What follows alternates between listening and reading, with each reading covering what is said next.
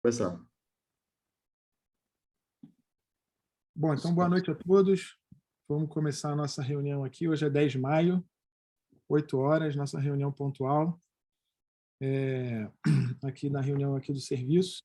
Hoje vai ter a apresentação aí do Caio, né? Caio Vasconcelos, Caio R1. Ele hoje teve a oportunidade de sair um pouquinho mais cedo lá do hospital para poder... Talvez isso tenha sido até uma vantagem aí para ele apresentar esse artigo. Acho que os outros R1s talvez ainda estejam por lá. Provável, professor, provável. E esse artigo foi escolhido pelo Fernando, é um artigo do Journal of Urology, um artigo extremamente recente, né, que compara cistectomia aberta versus a robótica com derivação total intracorpórea, né? É um ensaio clínico randomizado de uma instituição italiana e é o primeiro ensaio clínico, o Caio deve comentar sobre isso, que com derivação intracorpórea completa, né? Esse é um tema aí que a gente está recorrente aqui no nosso grupo, porque a gente tem investido nessa área aí, e é uma área aí que carece de informações aí e dados mais relevantes para poder a gente seguir em frente aí nessa conduta. O Fernando deve estar chegando daqui a pouco, tá, Caio? Mas o Bruno está aí, eu estou aqui. E como essa é uma reunião aqui, nossa, mais fechadinha, né? Às vezes tem reuniões grandes, essa é mais nós, os residentes aí. Quem quiser abrir a câmera aí, tem interno também, pode abrir para poder comentar, para as pessoas ficarem mais à vontade aí, o pessoal do serviço. Tá? Beleza. Vai lá, Caio. Aí pode botar na apresentação, que aí melhora. Foi? Foi, tá ótimo. Beleza. Bom, boa noite, né? Eu sou Caio, como o professor falou, sou residente do Serviço de Urologia do Pedro Ernesto, e a gente vai discutir agora esse trabalho, que foi bem recente, publicado esse mês, no Journal of Urology, que é a revista com o maior fator de impacto, né, da literatura da urologia. 7,5, se não me engano, no último biênio. Então, vale a pena a gente atentar para as coisas que são publicadas ali. E antes de falar do artigo, do trabalho em si, eu queria brevemente, em 2 slides, trazer um apanhado geral sobre cistectomias, né? Conceitos bem básicos mesmo. Eu acho que seria interessante para a gente que está começando agora, os R1s principalmente, a galera do internato também que está presente aí, só para a gente entender em que contexto que esse tipo de cirurgia entra, quais são as variações, as variáveis dos subtipos que a gente emprega e quando que ela está indicada, né? Ela é, obviamente, uma cirurgia, né, da retirada da bexiga, obviamente, que ela está indicada principalmente no tratamento do câncer, né? A principal e grande indicação são os pacientes com estadiamento a partir de T2, então tumores músculo-invasivos, mas em alguns casos seletos, a gente pode indicar para tumores de alto grau, mas não músculo-invasivos. Principalmente aqueles casos de tumores recorrentes ou recidivados, tem uma diferença entre esses conceitos, mas os tumores que não respondem somente a RT1, né, se precisa ficar repetindo o tratamento por repetidas vezes, e também aqueles refratários à imunoterapia com adjuvante com BCG. Tem alguns critérios também de alto risco que a literatura cita, que pode considerar a cistectomia. Então, tumores que sejam volumetricamente desafiadores para serem resolvidos somente por técnica endoscópica, pode ser uma indicação. Tumores que a histopatologia acusem um subtipo de adenocarcinoma ou de células escamosas, são situações mais raras, mas conferem um risco maior para o tumor, e você pode considerar sim a cistectomia. A invasão local, não na camada muscular, mas, por exemplo, dos ossos prostáticos, podem ser fatores também considerados na hora de você indicar ou não uma mastectomia para esses pacientes.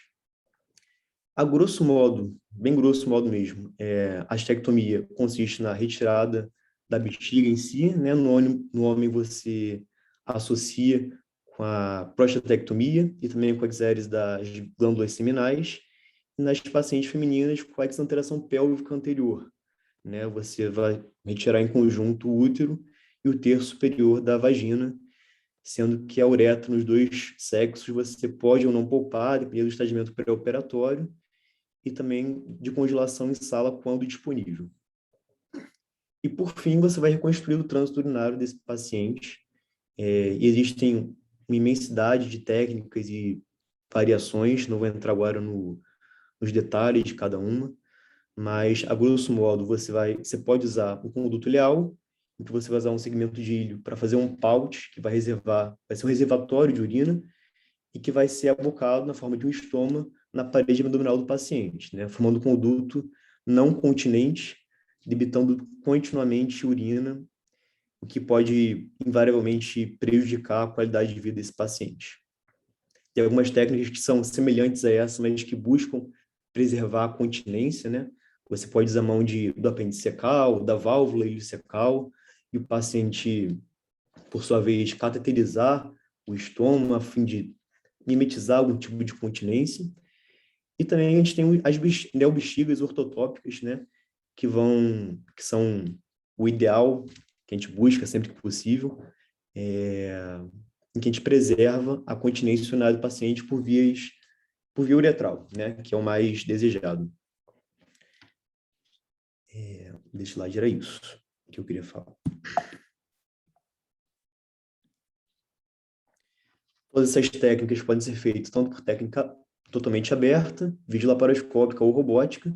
A técnica aberta ainda é consagrada na literatura por ser a mais antiga, em que a gente tem mais familiaridade com ela. Porém, cada vez mais as técnicas minimamente invasivas vêm ganhando espaço no tratamento do câncer, nas esteectomias, e é justamente por isso que esse trabalho veio para esclarecer algumas dúvidas, comparando as duas técnicas em alguns aspectos específicos que a gente vai discutir.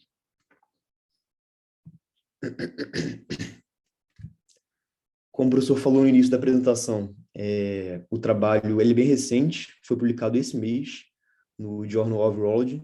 Como eu falei, é uma revista com fator de impacto mais alto, a literatura urológica. Então, as coisas que são publicadas aqui, esse artigo traz informações relevantes para o nosso dia a dia.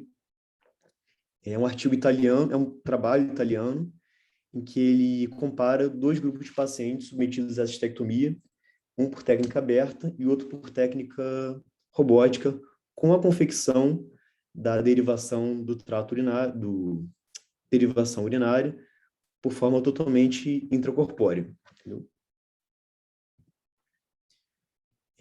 Como pode se subentender? É um estudo prospectivo, né? Ele acompanha o paciente no perioperatório e também por 6 meses a seguir da data de cirurgia.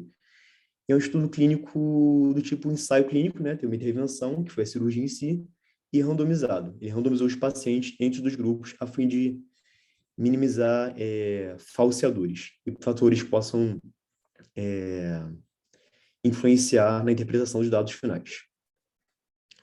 Como o professor falou também, foi o primeiro estudo que comparou a técnica aberta com a técnica robótica, especificando aqui que a derivação urinária foi confeccionada por forma totalmente intracorpórea, né? Existem outros estudos com N bons, de centos bons, mas que comparavam a técnica aberta com a técnica extracorpórea. E com isso ele fala que esses trabalhos, esses artigos poderiam subestimar, né, as vantagens de uma técnica realizada totalmente de forma minimamente invasiva. Redução da resposta endócrino-metabólica ao trauma e, principalmente, e tudo que se segue a esse benefício.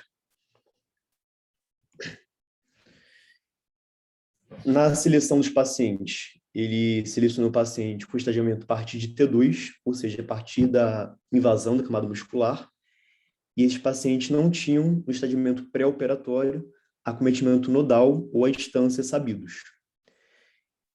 Ou esses pacientes tinham um estadiamento inferiores ao T2, ou seja, eram não músculo invasivos, porém, como eu falei no início do trabalho, tinham tumores recorrentes ou recidivados, ou falharam na neoadjuvância com imunoterapia com BCG. No início, ele selecionou 274 pacientes, porém, 92 pacientes não foram elegíveis, pois foram direcionados ao tratamento paliativo. Não especifico por quê, mas alguns pacientes foram para esse caminho portanto, o índice de elegibilidade dos pacientes iniciais foi de 65%, dos quais outros 65, se não me engano, foram também retirados do estudo, pois não aceitaram a randomização entre as duas técnicas. Eles não aceitaram ser submetidos ao trabalho, por isso também foram excluídos do mesmo. A gente chega a um N final de 116 pacientes, ainda tiveram perdas durante o trabalho, né? Tiveram 2 óbitos, um em cada grupo.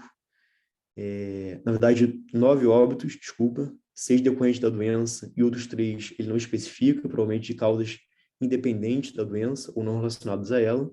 E 2 pacientes perderam o segmento nos 6 meses que se seguiram durante o acompanhamento. Mas ele fala que essas perdas não influenciaram na interpretação final, porque foram distribuídos de forma semelhante entre os 2 grupos, fora que o número dessas perdas foi pequeno comparado com o N total do trabalho.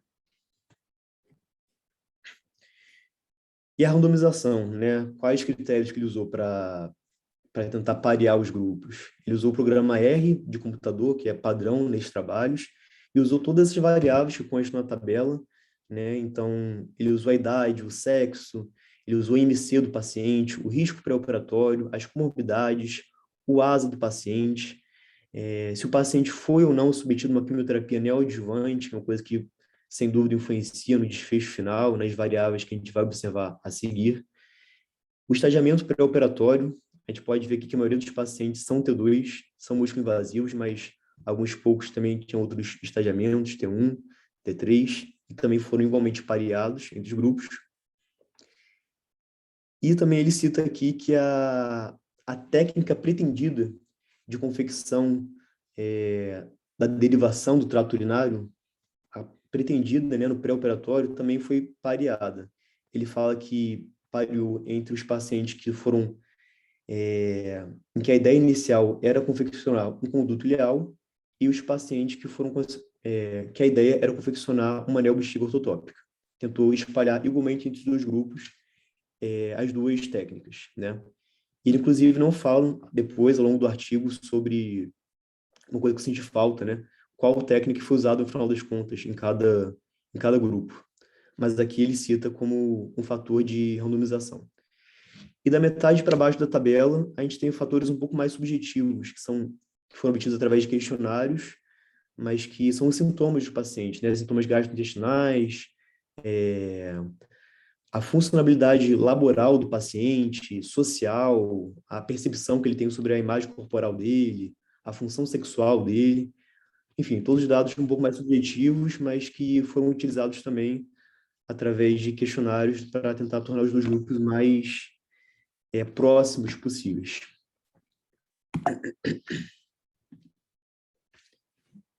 E na metodologia do trabalho, né, os pacientes foram, em cada grupo, submetidos à técnica cirúrgica, ou aberta, ou robótica, e seguidos por 6 meses, com um prontuário de paciente reavaliado, questionários foram estabelecidos, a forma de ficar avaliando continuamente esses pacientes e os desfechos que a gente vai discutir a seguir.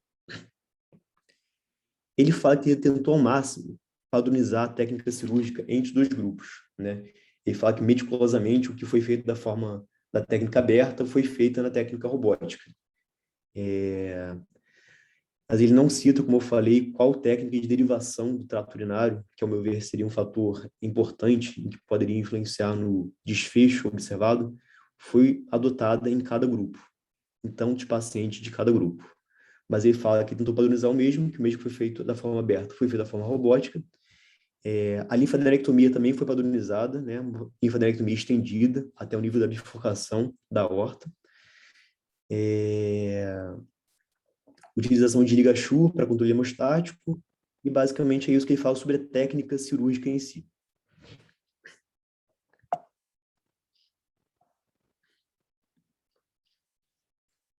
E quais foram os resultados observados, né, após a intervenção dos 2 grupos? Desde o início do trabalho, ele fala que o principal objetivo dele era observar a presença ou não de diferença entre as taxas de transfusão de hemoderivados entre os 2 grupos. E ele observou que sim, existe uma diferença significativa 22% dos pacientes submetidos à técnica robótica demandaram algum tipo de hemoconcentrado no período perioperatório, enquanto 41% dos pacientes submetidos à técnica aberta demandaram esse tipo de intervenção. Então, teve uma redução de 50% de um em relação ao outro, com valores estatísticos significantes, com p-valor de 0,046. Isso é importante porque é um preditor indireto, né, de sangramento perioperatório. É uma forma indireta que a gente tem de ver quanto cada técnica pode preservar o paciente de complicações hemorrágicas. A redução absoluta do risco nesse tipo de trabalho foi de 19%. E aqui eu trouxe outras variáveis que também tiveram uma significância estatística, um p-valor abaixo de 0,05, por isso que eu botei aqui, mas que o próprio trabalho não dá tanto enfoque, porque, como eu falei, o principal enfoque era ver ou não a presença de diferença nas taxas de hemoderivados. Então, uma coisa que já era esperada, o custo total foi superior, consideravelmente superior, na técnica robótica, mas ele especifica aqui que isso se diz respeito ao intraoperatório, à tecnologia do robô, e não a complicações de reinternação hospitalar, de maior tempo de internação em CTI, de maior custo com a internação do paciente, e sim ao momento intraoperatório, a tecnologia robótica, que confere um custo maior a essa técnica cirúrgica. E outra vez, alguns fatores mais subjetivos foram também observados que tiveram uma diferença entre os dois grupos, né? Os sintomas gastrointestinais, diarreia, perda de apetite, também os sintomas urinários foram mais, que ele não especifica, mas foram mais observados na técnica aberta. Ele fala que a técnica aberta pode ter uma maior probabilidade de uma continência noturna preservada, mas também não entra em mais detalhes sobre isso. E a técnica robótica seria inferior no sentido de conferir ao paciente uma tendência de ter uma pior percepção sobre a perspectiva do futuro. De novo, subjetivo, mas teve uma relevância significativa, ele pontuou, então eu trouxe aqui para a gente pontuar também. Aqui é uma tabela, né, do estadiamento TNM dos pacientes pós-operatório, né, a partir da análise histopatológica da peça. Como eu falei no início, inicialmente os pacientes eram todos N0, M0. Aqui a gente vê que já surgem algum acometimento nodal na peça cirúrgica. E o T também variou um pouco a partir da análise da peça histopatológica em si. A gente vê que os pacientes, alguns tumores iam além da muscular, iam para T3 ou T4, mudando um pouco o estadiamento, mas a grande maioria permaneceu no estadiamento pré-operatório. Aqui é uma tabela trazendo em dados, né, o que eu falei das variáveis que foram observadas que teve alguma diferença entre os dois grupos. Estão em negrito, as que tiveram alguma significância estatística. A maioria delas são relacionadas, como eu falei, à necessidade ou não de hemoderivados, né? Então, número de bolsas, a variação da hemoglobina, a mediana dos níveis hematimétricos, todas variáveis relacionadas à hemodinâmica do paciente, né? E a gente vê que sim, houve uma redução importante de 50%, como eu falei, entre os dois grupos, no sentido de menor necessidade de hemotransfusão e hemoderivados no grupo submetido à técnica robótica. Como era esperado também, uma outra variável, que também está em negrito, e que, portanto, também teve uma significância estatística, foi o tempo cirúrgico, né, que foi consideravelmente maior no grupo submetido à técnica robótica, a mediana de 303 minutos na técnica robótica, comparado com 190 minutos na técnica aberta. É uma diferença importante, mas já esperada pela curva, né, de aprendizado que o mundo ainda está sofrendo, até os profissionais mais experientes com a técnica robótica, quando comparado com a aberta. Mas é interessante ver aqui que em todas as outras variáveis, que são importantes também na avaliação perioperatória desse paciente, não teve uma diferença estatística entre os dois grupos, né? Tempo de ilho metabólico, tempo para reintrodução de dieta, Complicações, independente do CLAVE Dindo, né, que é, para o pessoal do internato que está presente, é uma classificação da gravidade de complicações cirúrgicas nos pacientes submetidos a uma técnica cirúrgica, não teve diferença, né, tanto para as mais simples quanto para as mais graves. Então, as duas técnicas foram igualmente seguras nesse aspecto, e a principal, o principal desfecho observado foi realmente a diminuição da necessidade de hemoderivados no grupo, no braço, submetido à técnica robótica. Nesse outro quadro, a gente traz também aquelas variáveis que ele pontua, né? Um pouco mais subjetivas, que foram avaliadas através de questionários, anamnese direta com o paciente. De novo, em negrito estão as que tiveram relevância estatística, mas a primeira coluna seria a técnica robótica e a segunda técnica aberta, o grupo, né, de cada técnica. E cada um tem duas colunas. A primeira no pré-operatório imediato e a segunda nos 6 meses, na avaliação, 6 meses após a cirurgia. E a gente vê que em várias variáveis tiveram um decréscimo, né, um prejuízo de várias das variáveis. Então, a função laboral do paciente, a função física do paciente, a capacidade dele, sintomas específicos, fadiga, sintomas gastrointestinais, várias variáveis foram, percepção corporal, da imagem corporal, várias variáveis tiveram prejuízo, né, nesse período, como é esperado numa cirurgia de um porte como esse. Mas a maioria delas foram pareadas, então também não teve uma grande diferença estatística entre os grupos, e sim a todos da mesma forma.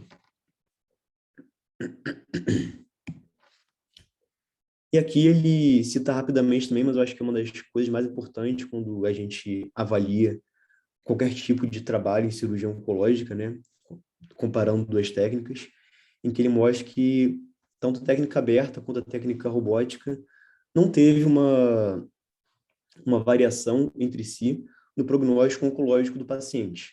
Então, aqui ele traz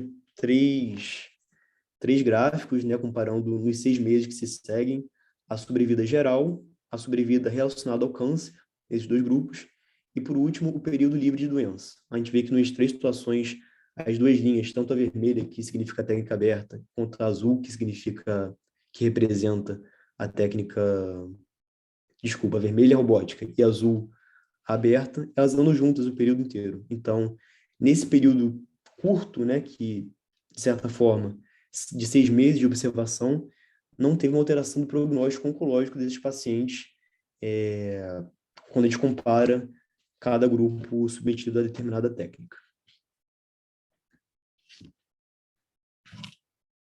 Falando agora um pouco das limitações do trabalho, que ele mesmo pontua, ele fala que os dados foram obtidos a partir de um único centro. Ele não cita qual é o centro da Itália, mas pelos autores que a gente deu uma pesquisada, parece ser o Instituto Nacional de Câncer da Itália, e é o maior centro, ou um dos maiores centros de lá. E isso tanto quanto o fato de serem realizadas pelo mesmo 2 grupos de cirurgiões, que são grupos experientes, que têm pelo menos 50 cirurgias por ano do tipo cistectomia, podem dificultar um pouco a capacidade do trabalho de extrapolar os dados observados para outras realidades, né? Outros países que não têm um N tão grande de cirurgia como lá, que não tem tanta expertise com o procedimento.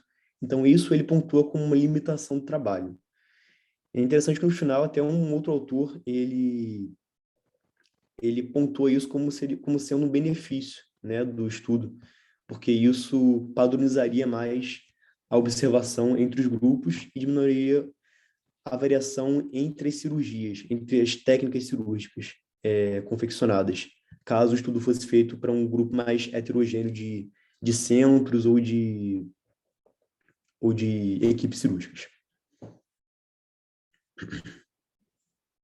E outra limitação que ele não pontua, mas que, assim, como eu falei, eu observei que ele não cita, né, como que o trânsito urinário foi reconstruído no final das contas, em cada grupo, se isso teve uma variação grande ou não entre os grupos.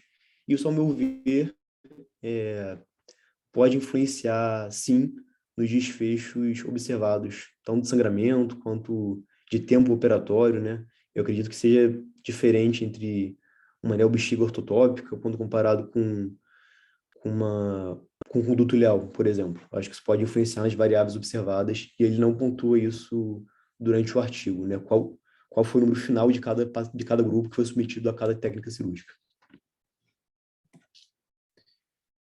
E concluindo, né, só juntando tudo que a gente falou, ele conclui sim que a técnica robótica confere um risco menor de hemotransfusão e, portanto, de sangramento, de complicações hemorrágicas no período perioperatório do paciente. É interessante, né, até esqueci de falar, quando ele observa isoladamente o período intraoperatório e pós-operatório, ele não vê variação ele não vê diferença estatística entre os grupos. Mas quando ele vê o perioperatório como um todo, englobando também o pré-operatório, ele vê assim, os números que a gente falou, a redução de 50% do risco.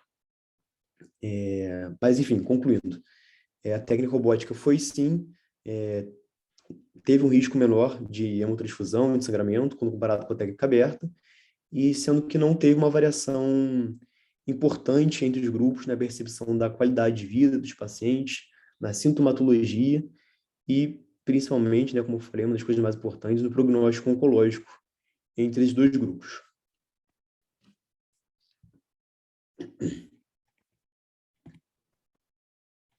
Bom, essas Caio, referências do artigo. E, basicamente, era isso, professor, que o artigo trouxe do artigo para a gente discutir.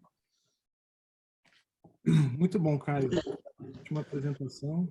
Você está no segundo ano e acho que todo mundo aprende aqui, entendeu? Ninguém leu esse artigo. Esse artigo foi lançado recentemente. É sobre um tema aqui que está todo mundo aprendendo. Então, o conhecimento aqui é de todos, né? É de interesse de todos, inclusive é do nosso oncologista Bruno.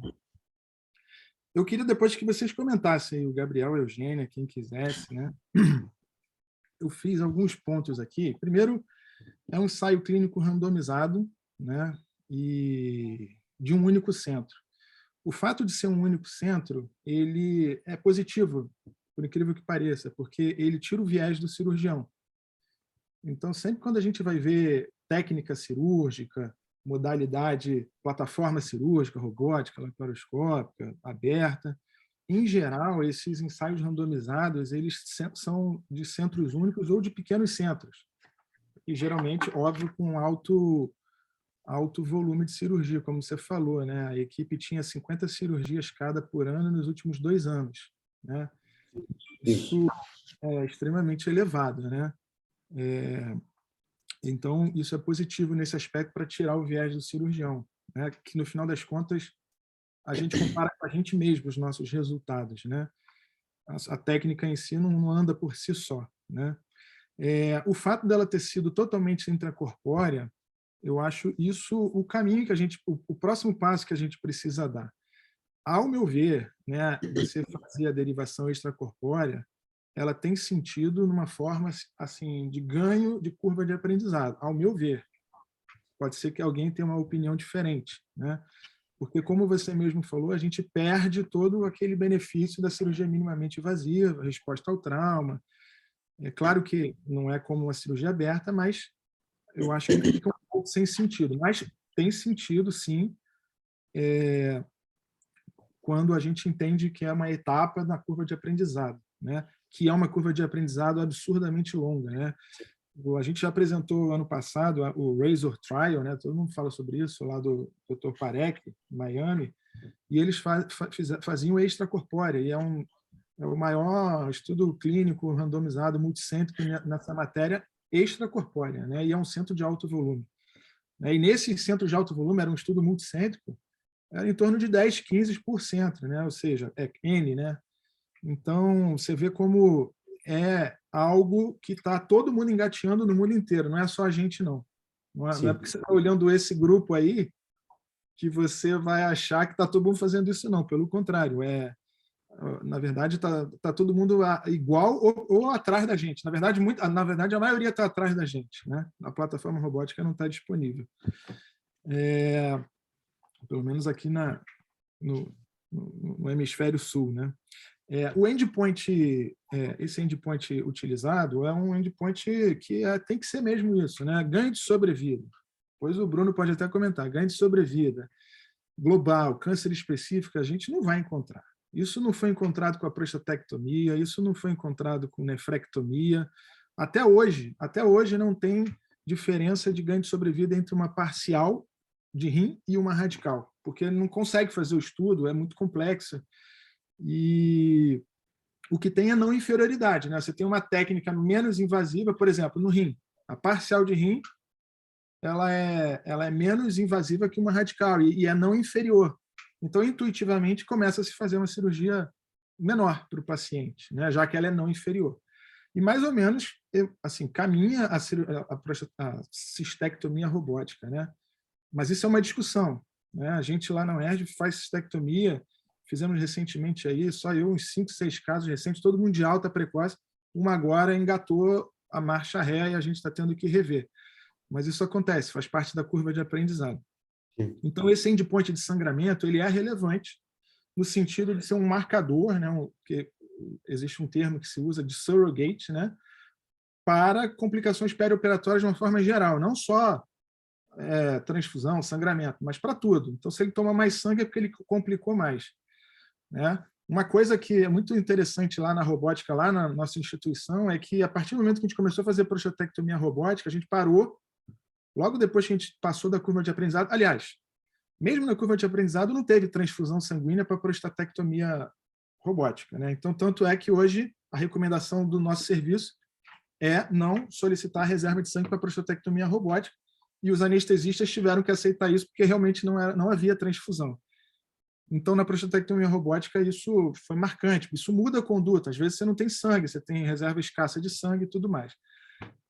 Na cistectomia, não tem como fazer isso, na cirurgia de maior porte, mas é um marcador de complicações perioperatórias, sem dúvida. E que teve diferença estatística, né? Então, enfim, foi relevante nesse aspecto. Redução de 19%, como você comentou. Então, os outros endpoints têm a ver com a cirurgia minimamente invasiva, né? Bom, esse é um estudo recente, né? 2018, 2020. A gente recentemente falou sobre um artigo que era lá de 2010, ou seja, a cistectomia naquela época já mudou. Em 2, 3 anos muda muita coisa, imagina 10 anos. Então, eu acho que é um estudo recente, que mostra resultados recentes consistentes. Um dado interessante, depois o Bruno até pode comentar aqui, no artigo, 40% de QT neoadjuvante, né? Então, assim, a gente não é perfeito, mas o mundo também não é perfeito. Então, a QT neoadjuvante, que a gente sabe que tem ganho de sobrevida, nem todo mundo pode fazer, consegue fazer, e não faz mesmo. Então, pelo que eu vi no trabalho, dava em torno de 40% de quimioterapia neoadjuvante nesses pacientes. Você falou que não falou sobre... Perdão, você comentou que não tinha os dados da reconstrução. Eu, em algum momento do texto, eu li que tinha 80% de neobexiga. Eu não sei se eu me equivoquei ou não. Ele até comentou. Eu posso até rever, mas eu procurei algumas vezes no artigo, eu não achei. Depois ele cita, comparando com artigos prévios, né, falando da técnica extracorpórea. E aí ele cita das derivações utilizadas nesses artigos, mas o dele mesmo eu não achei. Posso até rever, mas eu não achei um dado específico dele especificando quais foram as técnicas usadas, mas enfim. Eu li no texto, mas eu posso ter me enganado, realmente, que eu passei o olho rápido. Você estudou com mais a fundo o artigo, mas eu vi algo em torno de 79% de neobexiga. Eu achei muito elevado esse valor, né? Agora, uma coisa que chama atenção é o estadio patológico prévio desses pacientes. Praticamente 80% T2, né? Isso. Lembrando que tinha alguns T1s perdidos, e aí cabe só uma lembrança aqui, né? Que não é só T2 que vai para a cistectomia, o T1 recorrente que não responde ao BCG, baseado em critérios de não responsividade ao BCG, é a indicação de cistectomia, né? Então não precisa ser T2. Ou aquele T1 recorrente ou de alto volume intravesical, tumor supermassivo que você não consegue ressecar, né? Mas a principal indicação é ter um recorrente não responsivo ao BCG. Então também tem esses pacientes. Então a maioria dos pacientes eram T2. que também não é uma realidade nossa, não sei se eles selecionaram. Na Europa tem muito câncer de bexiga, o tabagismo lá é maior. Eu fiquei um tempo na Espanha, eles faziam muita cistectomia. Maior incidência de câncer de bexiga, se eu não me engano, na Europa e na Espanha, eu tive lá no serviço de Barcelona, 4 cistectomias por dia, né, que eu cheguei a ver. E realmente são dados diferentes da nossa casuística, né? A gente tem casos cada vez mais difíceis. E, por fim, também dados interessantes, né? Assim, nada diferente, assim, a contagem de linfonodos, né? Eles fizeram a linfadenectomia estendida e em torno de 31 linfonodos, né? Porque às vezes a gente fica se perguntando quantos linfonodos eu devo retirar para considerar bom. É claro que isso aqui tem um patologista, um uropatologista, para achar 31 linfonodos, né? Não só ter um uropatologista bom, mas ter alguém com tempo e dedicação para poder achar tantos linfonodos. Mas fica esse número aí como um número bastante razoável aí para você considerar uma linfadenectomia bem sucedida. Aqui no câncer de bexiga tem assim um pouco mais de valor do que no câncer de próstata de uma forma geral, assim, no controle oncológico. O mínimo é 12, né, professor? Hã? O mínimo, assim, que a literatura fala é 12, né? Deixa eu falar 12, desse. 12, Agora, finalizando, depois eu quero que o Bruno, o Gabriel, o Eugênio, ou quem tiver que comente, isso é um centro de alto volume, tá? É um centro de alto volume. E a minha consideração final é a gente compara os nossos dados com nós mesmos, né? Então, eu hoje faço uma prostatectomia robótica melhor do que a aberta, né? A parcial de rim também. A cistectomia robótica, a gente está em curva de aprendizado. A gente e o mundo todo, a maior parte das pessoas. Eu acho, honestamente, que é um caminho sem volta, de não retorno, especialmente quando a gente identificar essas não inferioridades que todos os estudos vêm mostrando, né? Às vezes ela é negativa em um dado ponto, né? Ela é negativa em custo, por exemplo, ela custa mais. O custo intraoperatório de maquinário é mais caro, né? Às vezes, como a gente viu naquele último artigo, aumenta um pouquinho a chance de estenose de uretra, mas esse é um ponto, né? Daquele artigo é um ponto, não é o todo da cirurgia que pode ter um benefício global melhor. Mas é isso, Caio, ótima apresentação, parabéns, se dedicou, foi ótimo. Vamos ouvir o que o pessoal tem para falar aí.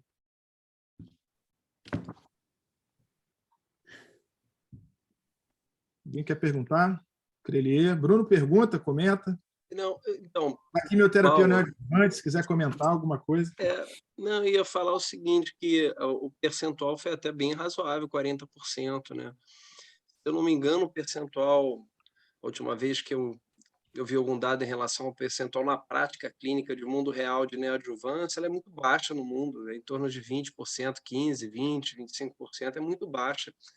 Ele talvez, né, por ser o Instituto Nacional do Câncer, 40% foi até um número bom. A gente aí no UP deve ser bem menor do que isso, né? Talvez seja esses 15%, 20% aí agora, né, que a gente está indicando mais, né? Porque eu acho que a gente Bruno, não fazia... Desculpa te interromper, aproveitando que você está aí, explica para a gente rapidamente, no nosso serviço, quem a gente indica neoadjuvância, qual é o protocolo que você faz de neoadjuvância, qual é o que deixa o paciente inelegível à neoadjuvância, e após o término da quimioterapia neoadjuvante, depois de quanto tempo o paciente fica preparado para a cirurgia?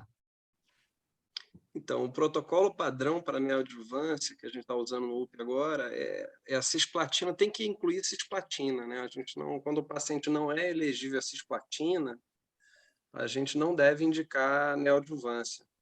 Então, é uma condição básica que o paciente seja elegível. Cisplatina é uma droga nefrotóxica. Então, a gente obrigatoriamente tem que ter um paciente com função renal normal. E tem outros critérios também de inelegibilidade, né, que é em relação à função cardíaca, o paciente não pode ser cardiopata, então não pode ser, por exemplo, um classe 3 da New York Association, tem insuficiência cardíaca, ele não vai poder fazer, porque a platina, por ser nefrotóxica, a gente tem que hiperidratar o paciente. Um paciente com IVE, né, com disfunção de IVE, não vai suportar volume. E esse paciente recebe muito volume antes da platina e depois da platina. Então, insuficiência cardíaca é uma contraindicação. Alteração audiométrica é importante também. Quer dizer, na prática, não deveria fazer teste audiométrico em paciente que No dia a dia a gente não faz, na verdade, né? A gente pergunta para o paciente se ele já tem alguma queixa importante, né, auditiva, ele seria um fator também para contraindicar. Neuropatia importante, porque a cisplatina é uma droga que pode causar neuropatia, e causa, se a gente fizer um uso prolongado, a neoadjuvância não é tão prolongada, são só 4 ciclos. E esses são os principais fatores, né, de inelegibilidade. Se o paciente tem uma performance ruim também, né? O paciente tem um bom performance, tem que estar fit para fazer platina. Não é uma droga fácil de fazer, ainda mais em associação à gencitabina, né? Então, é um protocolo que é mielotóxico, um protocolo que tem toxicidade, mas de forma geral, um paciente fit, com boa condição clínica, ele tem condição de fazer o tratamento, né? Desde que a função renal seja boa e ele respeite esses outros critérios. O protocolo com essas 2 drogas, ele é feito a cada 21 dias, sendo que faz no primeiro dia e no 8º dia. No primeiro dia é a cisplatina com a gencitabina, e no 8º é só a gencitabina isolada. A cada 21, e repete isso 4 vezes, né, em 4 ciclos. Ao término dos 4 ciclos, em 4 semanas, vocês já podem ter o laboratório dele para ver se o paciente já recuperou medula, se ele está bem. Se ele estiver bem, já pode programar a cirurgia a partir de 4 semanas, do término da quimioterapia, do último ciclo da quimioterapia. Ou seja, são 21 dias.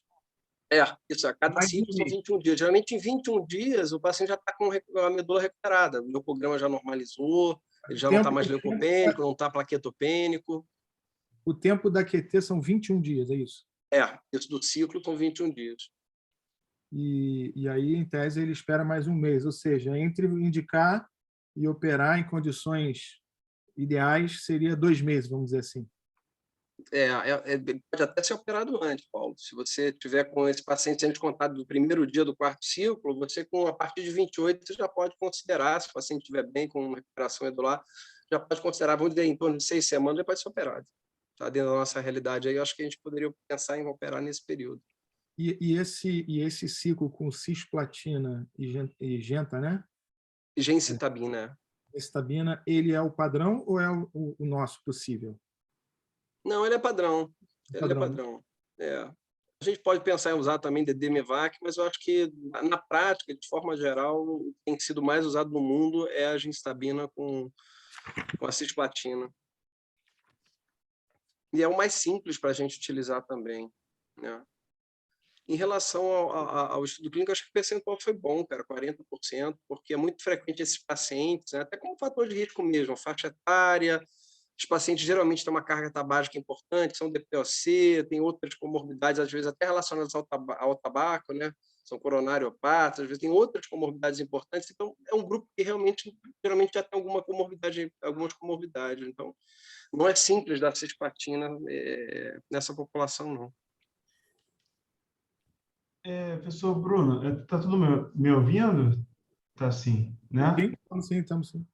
Eu te lembrava de alguma sessão clínica que era de a gencitabina com a cisplatina, o esquema era de 21 em 21 dias do ciclo. E são 4 ciclos, então daria 84 dias. É isso, não é? 84 dias. É isso. Ah, tá. Não, é que eu lembro de algum paciente que está na fila fazendo isso e se tornou inelegível porque nesse meio tempo a creatinina subiu e aí, enfim, ele ficou inelegível a cisplatina e ia ser programada uma cistectomia. Acho que até o senhor que me passou esse caso, né? Algum tempo atrás, né? Isso. Ele fez um ciclo e depois de um ciclo, Paulo, e ele já apresentou um aumento de creatinina importante, ficou com 1,8, calculando o clearance, ficou inelegível a cisplatina e teve que interromper, né, a quimioterapia. Perdão, e essa neoadjuvância, ela só pode ser feita no carcinoma urotelial padrão, né? Diferenciação cabe ou não? E outros tipos histológicos não tem ensaio para isso, né? Não tem. Né? E O número variação de pacientes é pequeno, né? E variantes histológicas, ele cabe então, dentro? Eu diria que se o componente principal for carcinoma urotelial, a gente pode considerar. Agora, se for uma variante pura, tem que ver caso a caso. A exceção seria o neuroendócrino, né? Paciente com carcinoma de pequenas células indiferenciado. esse grupo também merece neoadjuvância, só que muda o protocolo, né? É platina também, mas com etoposídeo. É o único protocolo que a gente muda muito, né? Agora, se for adenocarcinoma, escamoso, já começa a ficar complicado, né? A menos que seja pequenas áreas, né? Não configure que é uma variante pura, né? Se for, não, é um carcinoma urotelial e tem umas áreas de diferenciação, então a gente pode considerar. Principalmente tumor muito avançado, né? É o que a gente vê no UP, né? Muito avançado, os casos que já são de prognóstico muito reservado pela apresentação. Muito bom. O que eu queria comentar, professor, era justamente isso, porque lá no hospital é difícil você encontrar os pacientes elegíveis nas condições como ele foi colocado, né? Um paciente de T1 refratário ou recorrente, T2 a T4, N0, M0, né? Isso aí é uma exceção, né, lá no hospital. A gente caça esses pacientes, porque geralmente os pacientes ou eles têm tumores que já são N positivo, M positivo, ou se descobre no estadiamento pré-operatório, que eles se tornam dessa forma, ou eles têm um performance status muito ruim, dificuldade de segmento, né? Eu achei curioso no artigo que ele bota, nesse mesmo slide, que ele bota dificuldades financeiras. Não sei se vocês olharem aí embaixo, no slide que o Caio está mostrando, dificuldade financeira, aí 13,8 um grupo e 13,2 em outro grupo. Aqui seria 60% um grupo, 60% outro grupo ou mais, né? Isso já dificulta o acesso do paciente para o tratamento, que é um tratamento que requer RTU, requer segmento para ver o resultado da RTU, para aí sim você diagnosticar que o tumor é invasivo ou não músculo invasivo, fazer o estadiamento pré-operatório, estadiamento vier negativo, aí você indicar a quimioterapia neoadjuvante. Então, quer dizer, é uma história, né, que o cara tem que passar, que é difícil o cara seguir, assim, mesmo com 12 residentes em cima, um corpo clínico enorme, é difícil o cara chegar e fazer tudo corretamente, né? É uma história difícil. O Gabriel, excelente comentário seu. O câncer de bexiga é um problema crônico, não só conosco, mas também até no setor da saúde suplementar também. Eu te dou como exemplo, né? Por exemplo, a prostatectomia radical, robótica, por exemplo, eu costumo dizer que não é para todo mundo operar, mas também não é para poucos. Então, ao meu ver, você vai ter centros, não só nas capitais, operando prostatectomia robótica, nas cidades intermediárias e menores, inclusive. Basta a pessoa se dedicar a operar e fazer aquela intervenção bem feita. Não é todo mundo, mas também não serão poucos, né? A nefrectomia também é uma intervenção única que você faz, você dá o diagnóstico, né? E nós, urologistas, atuamos de forma assim, pontual, e nós temos, para essas duas doenças, o câncer de próstata e o câncer de rim, nós temos tempo suficiente para tomada de decisão, né? A gente não corre contra o tempo. O câncer de bexiga é completamente diferente. Então, tanto o manejo do câncer de bexiga é complexo, né? Eu hoje, por exemplo, eu estava lá no hospital e me surgiu uma senhora lá que tinha ressecado um T1 de alto grau várias vezes, não fez BCG porque não tinha BCG disponível, então já aquela classificação de BCG não responsivo não existe, você não consegue indicar cistectomia por isso, mas ela tinha T1 de alto grau recorrente. E aí ela tinha exames de janeiro, hein, Bruno? Exames de janeiro, cistoscopia negativa e uma ressonância negativo na bexiga, porém com uma lesão no ureter distal à direita e um rim perdido à direita. Aí eu até chamei o Litig, na hora eu falei, Litig, em tese, essa doente é uma candidata a uma nefroureterectomia direita, né? Mas preservação vesical, uma senhora de idade, 80 anos, estava super bem, cabia preservar a bexiga, então um de alto grau. Mas aí eu cheguei para ele e falei, mas olha só, isso era em janeiro. Vamos repetir uma tomografia agora e vamos fazer uma cistoscopia agora. Aí o Litig falou, não, vou fazer a cistoscopia. Fez hoje a cistoscopia. E aí, cheio de lesão na bexiga. E ela tinha tanto uma cistoscopia quanto uma ressonância negativa em janeiro. Então, ou seja, quando ela conseguiu trazer o exame de ressonância, pronto, já mudou o estadiamento. Então, 3 meses muda o estadiamento. Aí ela volta a estaca zero, tem que fazer RTU, tem que reestadiar, e aí se perde o time. E o outro ponto também, que isso é super comentado, e eu acredito nisso, a cistectomia não é para todo mundo. A cistectomia é para grandes centros. Isso é para grandes centros. Você precisa ser um centro realizador. Pode até ser na medicina privada, não tem problema, mas você precisa ter expertise. Então não adianta, é uma cirurgia que você precisa se dedicar, não é uma cirurgia para você achar que você vai fazer, entendeu? É uma curva de aprendizado, tanto na aberta quanto na robótica, enorme. Você tem que ter casuística na vida privada, o Bruno sabe mais do que eu. As pessoas não têm essa casuística, as pessoas postergam a cistectomia, indicam tratamentos clínicos, e agora a cistectomia que o pessoal que opera no privado acaba sendo cirurgias de resgate. A gente viu até o Rafael Coelho comentando isso na nossa reunião. Então, é cirurgia para grande centro, é cirurgia para... Essa sim para alto volume de cirurgia, ao meu ver, é a minha opinião essa.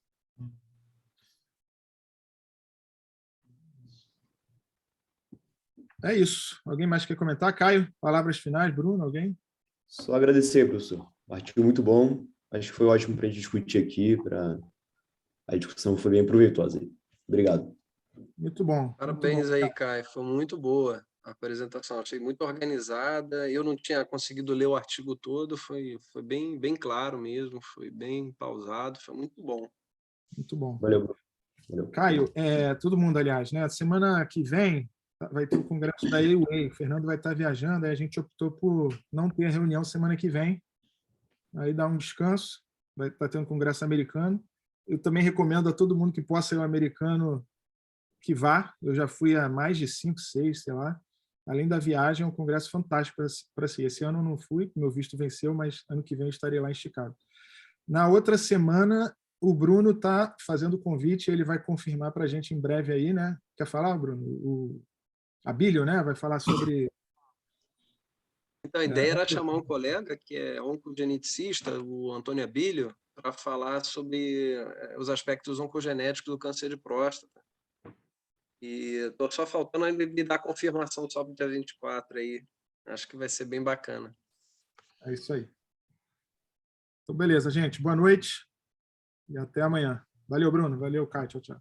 Valeu, obrigado.